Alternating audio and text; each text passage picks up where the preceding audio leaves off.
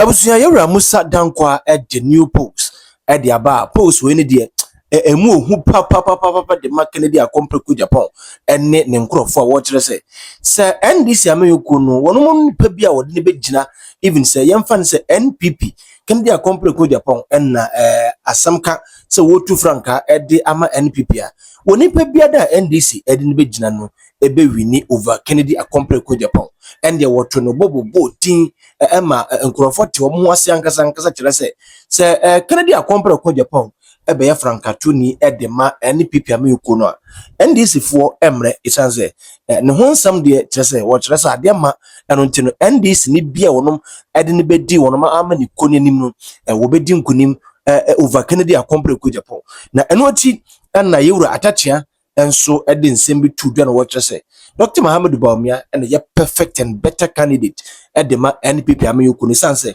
de ntia NDC for a Kennedy akompreku Japan embrano and no and a Musa Dankwah ede atudwa ha my TV Africa obaso subscribe like na sign share my for one more chichi and benche. Assuming NPP elect Kennedy, how would you vote? Haruna Idrisu against Kennedy. Haruna goes to 61%. 61%. And Ken goes to 34% or on 34%. If you bring in Atuforsen against Kennedy, Atuforsen goes to 62%. Against Ken, 34%. If you bring in Asidun Keshia, he goes to 57%. Ken goes to 38%. And then if you bring in Julius Debra, he goes on 53% and Ken 41%. So this is the scenario that we have run in the December polling that we just released.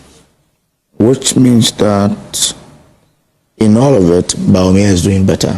Yes, that's the data at the moment. He's doing better than Ken. But consequences. That if you believe that somebody should not be in this Joy FM space, and you use your cloud, whatever arrangement, to kick out that person, there are consequences because of the fact that this sowing and reaping principle will always catch up with everybody. I'm fascinated by the fact that Dr. Bawumia belonged to that government. And surely there would not be a change in ministerial position or any other thing related to that government that he would not know. And so it's quite admirable that you still choose him as your option to lead this country. Why? I do not think he had power over ministerial appointments. I must be very honest with you. And people do not know the role that Dr. Bawumia was playing. A lot of people, who have very funny views because of their parochial interests, to always ascribe what he didn't have to him at all. And I'm sure that if he had the choice, he would have maintained me. Yeah, because I worked with him on some lines, and he saw me that I was a competent person. So I do not believe that Dr. Bawumia had the power to be appointing ministers. Like somebody said, I was slated to become a minister for finance, but Dr. Bawumia stopped it. I found it very weird that person was saying that. He didn't have the clout at all. He was playing an advisory role. And guess what? Every advice will have a recipient of the advice. If the person decides that I will use the advice, fine. If the person says I won't use the advice, that is the end of the matter. Is it what the party or the government decided to turn him into, or it's just like a texture of our laws that makes the vice president nearly doing almost nothing? Brilliant. I thank you for what you said, because he's supposed to assist the president. What if the president should rebuff him? I don't need your assistance. What are you going to do? You could see, the tiff between President Rawlings and the Vice President Akka. You saw it. It nearly became physical. So it is the president giving you the space to function as you ought, which matters. I've heard people who are so cruel that he was in charge of the economy. He wasn't in charge of the economy. If they took the budget to Parliament, you will see that the budget of President Dankwah for the year, whatever, and the one who is going to read the budget is the finance minister. So, excuse me to say, a lot of people are cruel, and it serves their parochial interests and their political shenanigans to attribute all the troubles of Akufo-Addo to Dr. Bawumia. Dr. Bawumia was not the president of Ghana, and he uses this metaphor. People want to joke with it. It's a driver and a mate. A mate could sound a warning. Oh, driver, you're overspeeding. He is applying the systems. If he says he wants to speed them more and disregard your advice, what is that going to be like? Why don't you get off the bus? How are you going to do it? You either tell him to stop or you jump off. How are you going to do it? Do you want to, excuse me, say, bring the government system down? Have you seen situations like that? Sometimes you can endure because of the harmony of governance. If you want the harmony of governance to go on, it should be so. It should be like, excuse me to say, another glorified coup d'etat.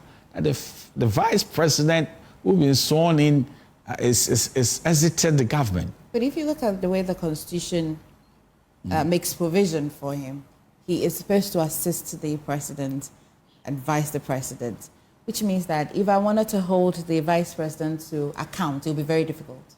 It's very inconspicuous. So if he wanted to leave, he could also leave very inconspicuously.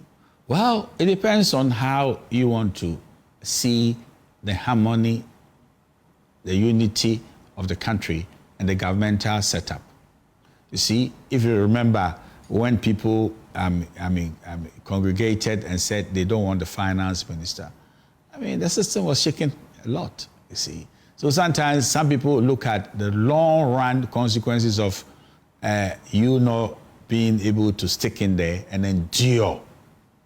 Some people can't endure at all. You've heard a lot of people who can fight openly and do all manner of things and be coming of leadership. So I believe that he showed shock absorbers. He showed maturity. He served President Akufo-Addo faithfully, and he has the competence to lead this country. There's no dispute about it. Where do you draw the competency from? Well, I think Ghana is about to have, for the first time, a president who is an economist. Look at this latest development that people are touting, the gold reserve arrangement. Now, the evidence is pointing to the fact that he brought about this arrangement. Why? For the purpose of giving substance to our currency. And I'm glad that when President Mahama came into power, he's not jettisoning it, and they've built on it. The only problem is that, are we having serious gold reserve at the expense of the environment? That is the balance that I think that President Mahama should look at, because people are now giving gold to the state. Bank of Ghana is giving the gold board a lot of money to purchase gold. Where is the gold coming from? Are they coming from our rivers? Are the gold coming from cemeteries? Very sacred places that you shouldn't go for gold. People are doing the gold business because the government is ready to buy. So the currency might be strong on the basis of the reserves and the rest of it, but is it at the expense of the environment? This is one area that the president should look at. How do we cure this challenge of the role of a vice president?